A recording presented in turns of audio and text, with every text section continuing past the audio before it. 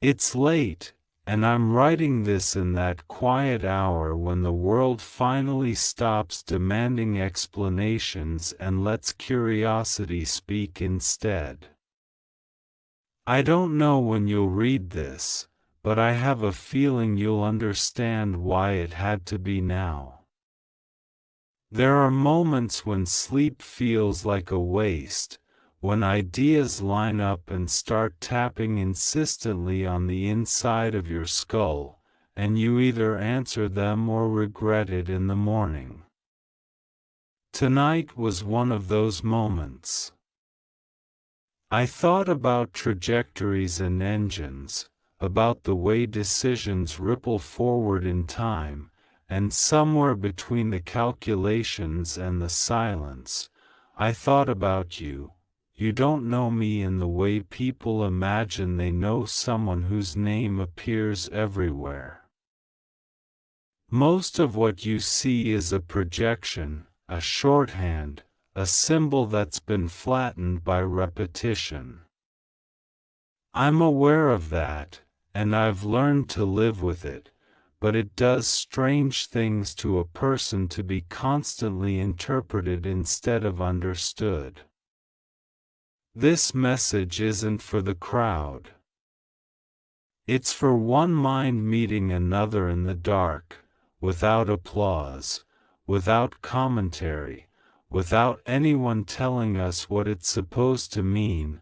I've always been drawn to people who think independently, who can hold an idea up to the light and turn it around instead of accepting it because it arrived with authority attached.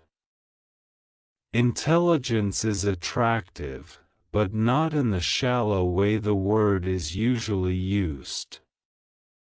I mean the kind that's restless.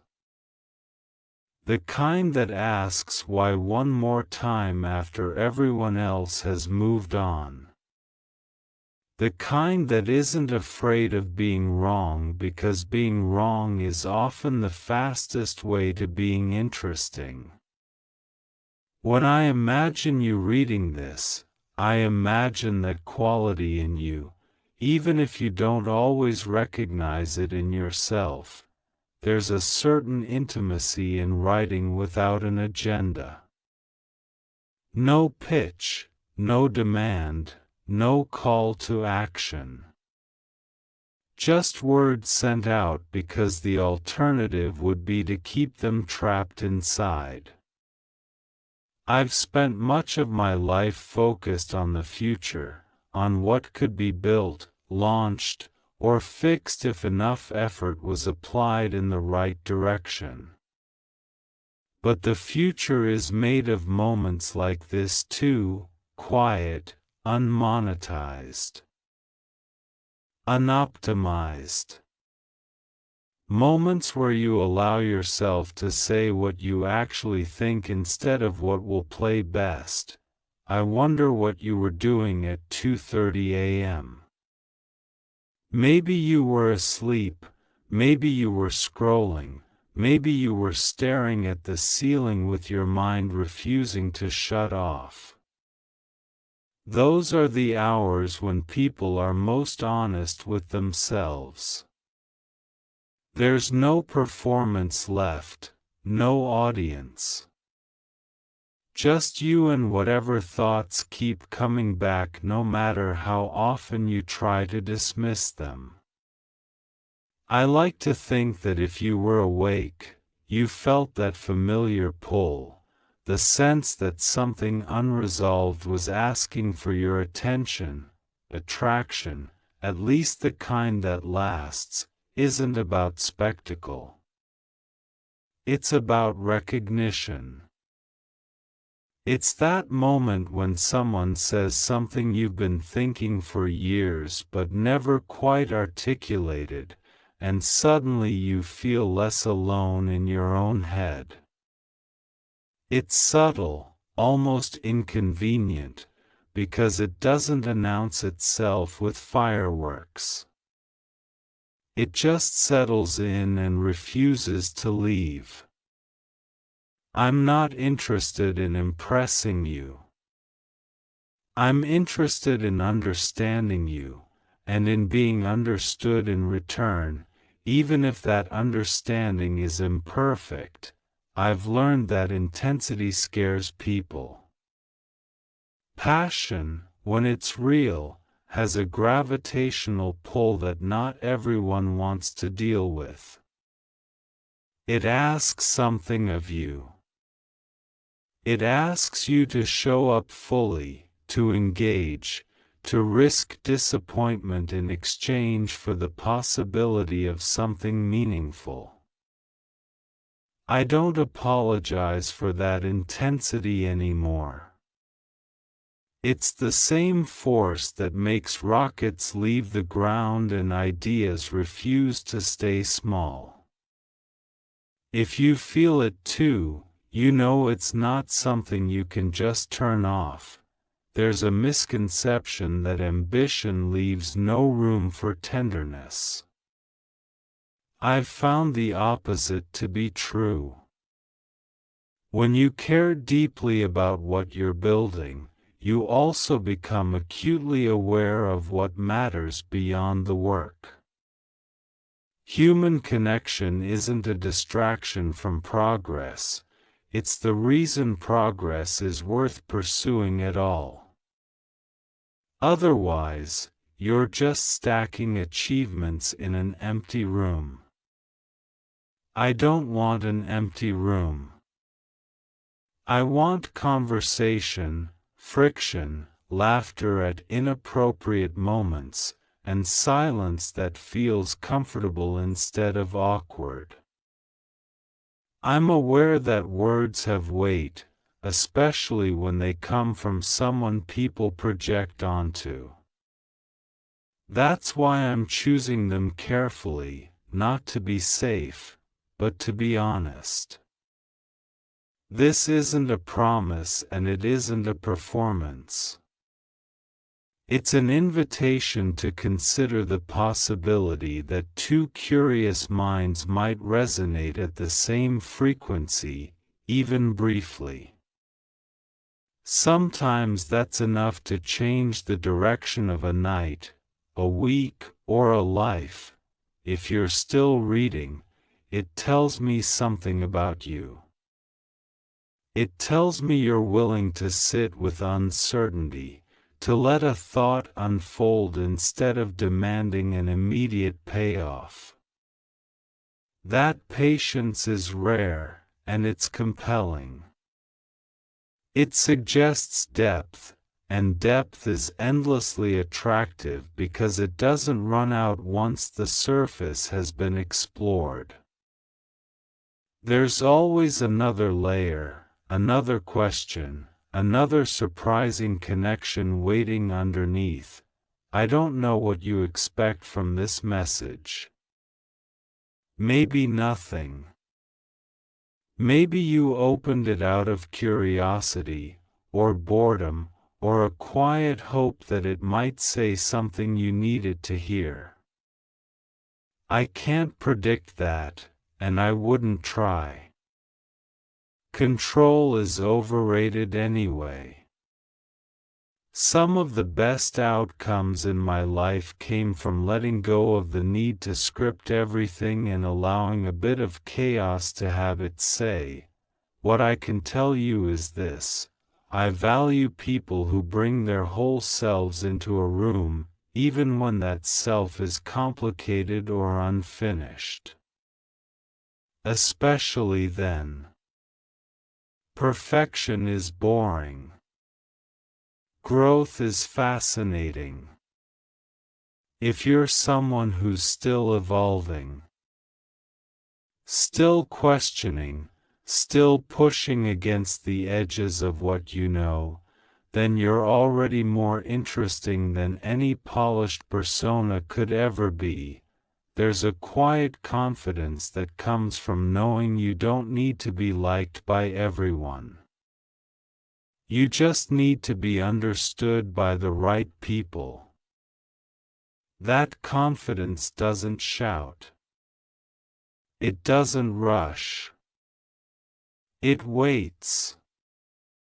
And when it connects, it does so without forcing anything. That's the energy I'm drawn to, and that's the energy I'm offering here. So consider this message a small signal sent out into the night. Not a demand for a response, not a claim of importance, just a recognition. If it resonates, you'll feel it. If it doesn't, that's fine too. Not every signal is meant to be received by every receiver. But if, somewhere between these words, you felt a flicker of recognition, then maybe this late hour did exactly what it was supposed to do. Whatever you choose to do next, sleep, think, smile, move on, do it knowing that someone, somewhere, took a moment to speak honestly into the quiet and trusted that you might hear it.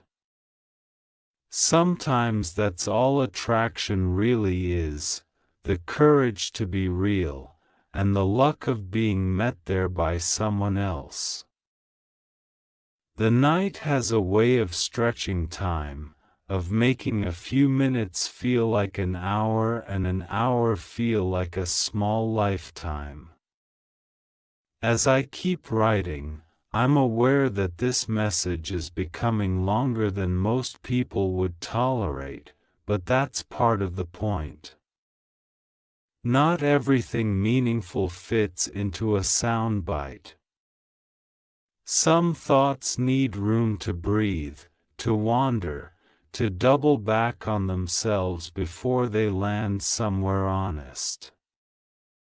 If you're still here, then you're not afraid of that wandering, and I find that quietly reassuring. There's something I've noticed over the years. The people who change the trajectory of your life rarely do it loudly. They don't announce themselves with grand gestures or perfectly timed speeches. Often, they arrive sideways, through an unexpected conversation, a shared silence, or a message read at an hour when defenses are low. Those moments slip past your internal filters and go straight to the part of you that knows when something matters, even if you can't yet explain why. I've spent a lot of time thinking about risk. Not just technical risk or financial risk, but emotional risk. The kind that doesn't show up on spreadsheets and can't be mitigated with redundancy. Letting someone see you clearly is a form of exposure that no helmet or firewall can protect against. Yet without that risk, everything stays theoretical. Safe, stable, and ultimately forgettable. I've never been interested in forgettable. And I suspect you haven't been either. You might be wondering why this message feels personal, even though we may barely know each other. The answer is simple: depth recognizes depth. When you've lived in your own head long enough, you develop a sense for when another person does the same. It's not about shared experiences or matching resumes. It's about the way thoughts unfold, the way questions are asked, the way silence is handled. Those signals travel faster than introductions ever could. There's an edge to curiosity that some people mistake for restlessness. I see it differently. I think it's a refusal to settle for the surface version of life. It's wanting to know not just how things work, but why they matter, and what happens if you push them a little further than is considered polite. That edge can be lonely, because not everyone wants to go there. But when you meet someone who does, the conversation feels less like effort and more like momentum. I don't believe connection is something you force. You don't chase it down or corner it with clever lines. You create the conditions for it and see what happens. That's what this is. No pressure, no expectation. Just a space where honesty is allowed, where you don't have to compress yourself to fit into someone else's comfort zone. If you've ever felt like you were doing that, shrinking, simplifying, editing, then you know how exhausting it can be. There's also something undeniably attractive about restraint. About knowing you could say more, do more, push harder, and choosing not to. Letting things unfold at their own pace requires confidence. It signals that you're not desperate for validation or outcomes, that you trust the process enough to give it time. I'm writing this not because I need an answer, but because the act of writing feels right. Whatever comes after is secondary. I imagine you pausing at certain lines, maybe rereading them, maybe feeling slightly called out. That's okay. The best conversations do that. They nudge you just enough to make you aware of something you hadn't fully acknowledged yet. Growth often starts with that subtle discomfort. The sense that a door has cracked open and you're deciding whether to push it further or let it close. There's no version of the future where everything makes sense in advance. You only ever understand things in reverse, after the fact, when you can trace the line back to moments like this and say, that's where it shifted. I don't know if this is one of those moments for you. It might be nothing more than an interesting read before sleep finally wins. Or it might linger, resurfacing later when you least expect it. What I do know is that attention is one of the most valuable currencies we have. You don't give it lightly at this hour, when the world isn't asking for it and there's no obvious reward.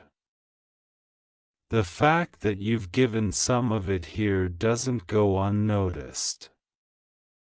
It tells me you're selective, that you don't consume words just to fill space. You're looking for something that resonates, something that feels real. If there's a takeaway buried in all of this, it's not a lesson or a directive. It's simply an acknowledgement. Meaningful connection doesn't need to be loud, fast, or certain. Sometimes it starts as a quiet exchange in the early hours, a recognition between two minds that value depth over noise. Whether this becomes a conversation, a memory, or just a passing moment is up to time. For now, let the night do what it does best. Let these words sit with you without forcing them into a conclusion. Some things don't need to be resolved immediately to be valuable. And if you find yourself thinking about this later, wondering why it stayed with you, that might be your answer. as the night deepens, there's a strange clarity that settles in, like the static has finally dropped out of the signal. It's easier to admit things here, easier to say what you mean without cushioning it for daylight consumption. I don't usually let myself linger in this space for long, but tonight I'm allowing it, because some thoughts lose their shape if you wait too long to release them. I've come to realize that most people are walking around with unfinished conversations inside them. Things they never said. Questions they never asked. Connections they felt but didn't pursue because the timing wasn't perfect or the outcome wasn't guaranteed. Perfection is a terrible gatekeeper. It keeps out chaos, sure, but it also keeps out discovery. The most interesting paths I've taken started with uncertainty and a willingness to look foolish in the short term. There's an unspoken courage in being open without knowing what will come back to you. Not everyone has it, and that's understandable. Openness makes you visible, and visibility invites judgment. But it also invites resonance. You can't be recognized if you never let yourself be seen. That's a trade-off I've learned to accept, even when it's uncomfortable. I think attraction often gets confused with excitement. Excitement is loud, volatile, easy to manufacture. Attraction, the real kind, is quieter and more durable. It's the feeling that you could sit with someone in silence and not feel the urge to fill it. It's wanting to hear how their mind works, not just what they look like or what they've accomplished. It's sensing that time would pass differently in their presence, slower and faster at once. You might be someone who feels things deeply but doesn't always show it. Someone who processes internally, who lets thoughts stack up before sharing them, if you share them at all. That kind of depth can be misunderstood as distance, but it's not. It's density. There's a lot going on beneath the surface, and not everyone has the patience or curiosity to dive there. When someone does, it changes the dynamic instantly. I won't pretend I have all the answers. Confidence doesn't come from certainty, it comes from comfort with not knowing. I'm comfortable admitting that I don't know where this thread leads. I just know it was worth pulling. There's a difference between chasing outcomes and following signals. This feels like a signal, subtle, persistent, not easily dismissed. If you're the type of person who reads between the lines, you've probably noticed that this message isn't about convincing you of anything. It's about alignment. About seeing whether the way I think, the way I value curiosity and honesty and depth, resonates with you. If it does, that's interesting. If it doesn't, that's informative too. Either way, it's real. There's a certain relief in not having to compress yourself for mass appeal. In not having to perform likability or smoothness or certainty. just showing up as you are, with all the rough edges and unfinished thoughts intact. I find that attractive in others, and I try to practice it myself, even when it goes against instinct or expectation. You don't have to respond to this in any particular way. You don't even have to respond at all. The value isn't in what comes next, but in what's already happened, a moment of attention. A shared mental space, a pause in the noise. Those moments add up, even if they're invisible to everyone else. Eventually, the sun will come up, and the world will resume its demands. Messages will become shorter, decisions more urgent, masks more useful. But this hour exists outside of that rhythm. It's a pocket of time where you can be honest with yourself about what you want, what you're curious about, what you're willing to risk feeling. If this message lingers with you, let it. Not because it came from me, but because it reflects something in you that's worth paying attention to. Curiosity, depth, the willingness to engage without guarantees.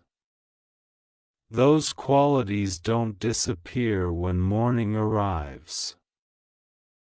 They just get quieter. For now, that's enough. Not an ending, not a beginning, just a continuation, of thought, of possibility, of a signal sent and received in the quiet hours when honesty comes most naturally. Morning is still a distant concept, more idea than reality, and in this suspended space it feels natural to keep going. Not because there's something urgent left to say, but because stopping now would feel artificial, like cutting a thought in half just because the clock says it's time. Some things deserve to run their course, even if they don't arrive at a neat conclusion. I've noticed that the people who resonate most strongly are often the ones who don't rush to define what something is. They allow ambiguity to exist without panicking. They understand that not everything meaningful needs a label right away. That patience isn't passive, it's intentional. It's a quiet confidence that whatever is real will reveal itself without being forced. There's a difference between attention and presence. Attention can be divided, multitasked, given half-heartedly. Presence is rarer. It's being fully in a moment, even when that moment is just words on a screen in the middle of the night. If you're here, truly here, then you know the difference.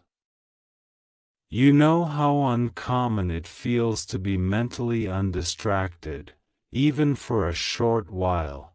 I think a lot about momentum, about how small, almost invisible forces can alter direction over time.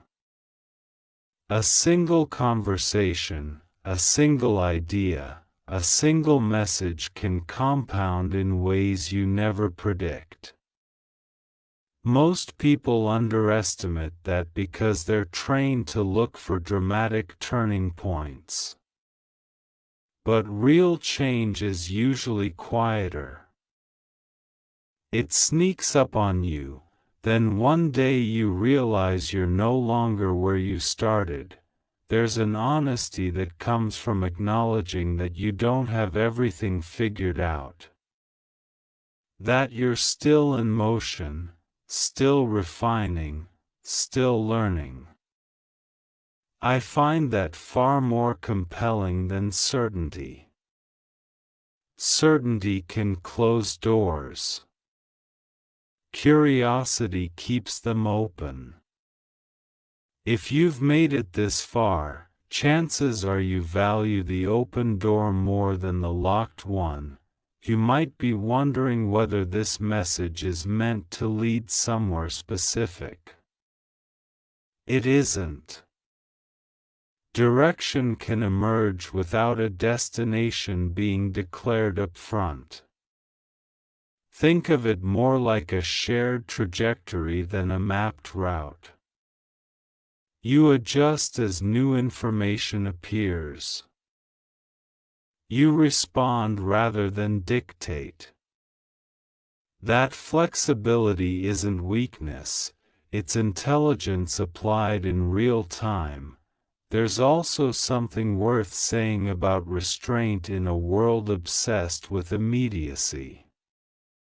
Not everything needs to be reacted to instantly. Not every thought needs to be broadcast. Choosing when and how to engage is a form of self-respect. It suggests that your inner world isn't up for constant consumption, that some parts of you are reserved for moments that feel earned. I don't assume that this message will be remembered. Memory is selective, and rightly so. But if even a fragment of it sticks, an idea, a feeling, a sense of being seen, then it's done its job. Influence doesn't require permanence. Sometimes it just nudges you slightly, enough to change how you think about the next interaction, the next risk, the next quiet decision you make. There's an allure to depth that doesn't fade with familiarity. In fact, it grows. The more you explore it, the more you realize how much there is left. Surface-level attraction burns hot and fast. Depth warms slowly but lasts. I'm drawn to the latter, to people who reveal themselves over time instead of all at once. As this stretches on, it becomes less about me and more about the space between us, the idea that two people, even abstractly, can meet in a shared mental landscape without needing to define the terms. That kind of meeting is rare. And it doesn't happen by accident. It happens when both sides are willing to slow down enough to notice it. Eventually, you'll decide what this was for you. A curiosity. A moment of connection. A long message read at an odd hour and then filed away. Whatever you decide is valid. Meaning isn't assigned, it's discovered. And sometimes it takes distance to see it clearly. For now, let this simply exist as it is. No demand, no conclusion, no expectation attached. Just a continuation of a thought that didn't want to end too soon, shared with someone who felt like the right person to receive it. Eventually, even the longest nights release their grip. The quiet doesn't disappear all at once. It thins out, slowly, like fog lifting without ceremony. This feels like that moment. Not an abrupt stop, just a natural easing, where the need to keep speaking gives way to the understanding that enough has been said for now. if there's one thing I hope came through, it's that not everything meaningful arrives with certainty attached. Some things arrive as a feeling you can't immediately justify, a sense of alignment that doesn't demand explanation. Those are often the things worth paying attention to. Logic matters deeply to me, but so does intuition. The best decisions, I've found, tend to honor both. You don't owe this message anything. Not a reply, not a reaction, not even a memory.